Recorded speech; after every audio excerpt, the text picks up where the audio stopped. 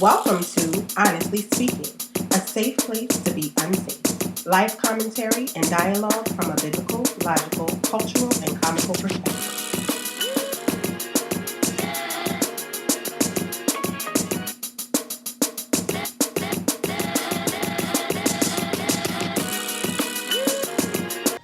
Hey, what up, everybody? It's your girl, Honestly Speaking. As per usual, how are you doing? One of the first things I wanted to do is these things we call quick takes, where me and my friends, we talk about recent topics and we kind of break them down and talk about them real quick. First thing we're going to talk about, the storms in Texas. Honestly, it's an anomaly. Not just because of the fact that it's Texas and it's hot and they normally don't get weather like this, but Texas is kind of different as it pertains to the grid. Most people don't know that most of our electrical grid in America is separated into three. There's like the East and the West, and then there's Texas. As a result of this situation, Texas wanting to be independent of both the East and the West and how they break down their power structure. A lot of this has to do with past decisions that officials in Texas actually made. And unfortunately, the people that made these decisions aren't the ones suffering the consequences. Let's talk. See, I want to talk about what's going on in Texas because I really don't think that we really understand the magnitude. So I'm going to share this video. Forewarning, folks, it is cursing. So I'm letting you know it is cursing in this video. So this is what happens in Texas when the water freezes and you try to drip your faucets. Room! Oh my freaking... How do I do... What the What do I do? Oh my... Oh. Bro, look at the snow. Oh, my shoe.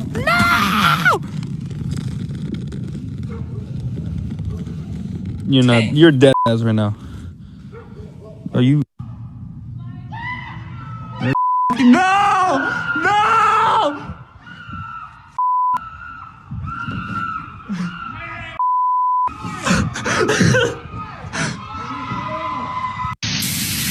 All right, so the pipes burst at the hotel. It's absolute mayhem. The pipes have burst, people running from the cops, they got fights going on. And I'm trying to watch it all. Now that I have adequate cell phone service, I want to share this video with you that I took earlier today.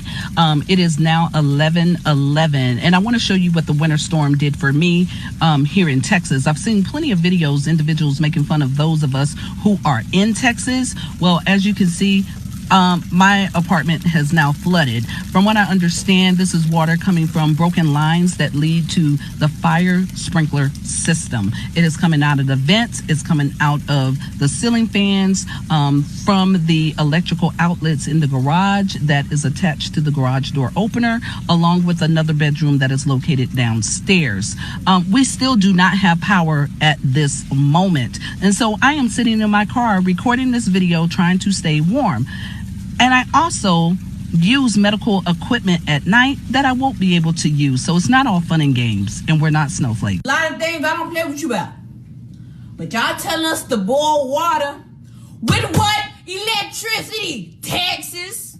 With what water? From what stream? Texas. Huh? We out here using flashlights. Texas.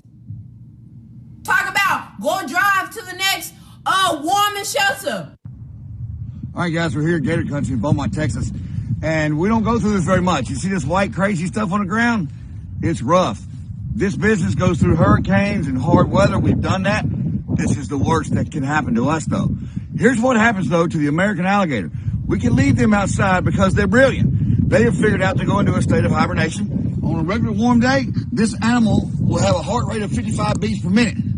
Today, he's gone to a true hibernation to where his heart rate is down to 3 beats per minute. This is how they survive. They know it's going to freeze, so what they do, they poke their snouts through, They go into that hibernation so they can breathe. This is absolutely amazing.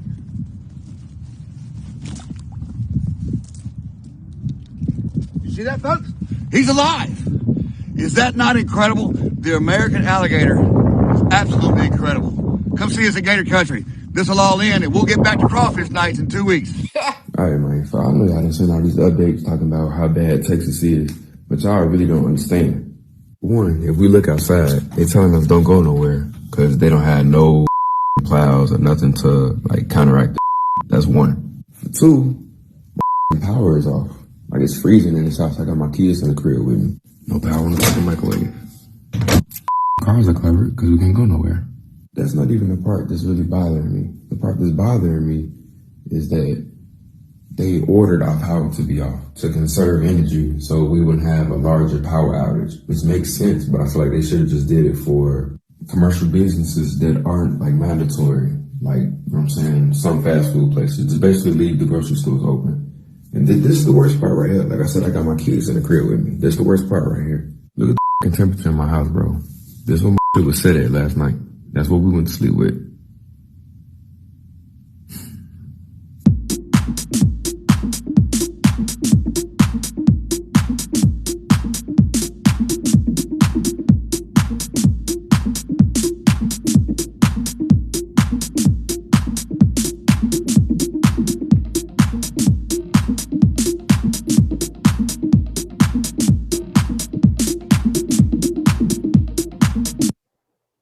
All right, so we see that there are just a number of things that are going on. I think that oftentimes we kind of miss those particular stories. So what I'm going to do is I'm going to say this. This is my quick take to what we just watched. They're number one, they're different than the northern storms that we have here because we have insulated lines and we have our pipe, a lot of our power runs underground. It's very different. So if this happened up here, we would be like, no biggie, no thing, but it's different. This is different, you guys. This is not the same. And a lot of people are telling them, like at my people's house, they had a wood fireplace, so they were able to sustain themselves. Some people had gas heat, so they were able to sustain themselves. But if you're in an apartment complex that has electric everything, you're done. Like what are you gonna do? And so some people are upset about these rolling power outages, but because of the way that the grid is structured, there's no way for them to be sustained without doing the rolling power outages. My second point is that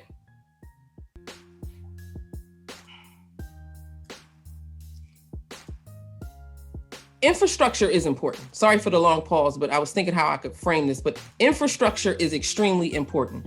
We have so many people who are politicians that use all of these different talking points to divide us and things like that. But if they worked on infrastructure, trust and believe, we could get a lot more done and a lot more accomplished. But instead, we stay distracted. The reason why infrastructure is also important is because it leaves us open to foreign enemies. I don't know if you all know, but a couple of weeks ago, there was an attack on a water supply in Florida. It's easy for people to attack our structures. All they had to do was, I think they raised the levels of either zinc or one of the levels of the minerals, and it was going to literally kill thousands of people. Quick way to do it. And so I think that we're focused, we're majoring in the minors oftentimes because we're not heard about the majors. So the last thing I want to say is they had an opportunity to fix this and they didn't. This happened, a similar situation happened 10 years ago, or around 10 years ago, and they got money and they didn't fix it. I'm not going to say whose fault it was. I'm not getting all of that. They didn't fix it. And now people are suffering. And the sad thing is the people that are suffering aren't the people that were negligent. And that will preach if we allow it to, right? My question to you, and I'm going to end on this note, my question to you is, what are the storms that you currently have time to prepare for that you are not preparing for? What is the inventory that you need to be taken in your life? Because this even touches on what we're going to talk about with Ravi and everything else. What are you not preparing for that you could be preparing for? And the casualties of you not preparing will be greater than you. All right, that's my quick take. Anybody want to say anything else? Killed it. I think you hit it right on the head. Wait. You already know what to do. Like, subscribe, and share. Like, subscribe, and share. Peace.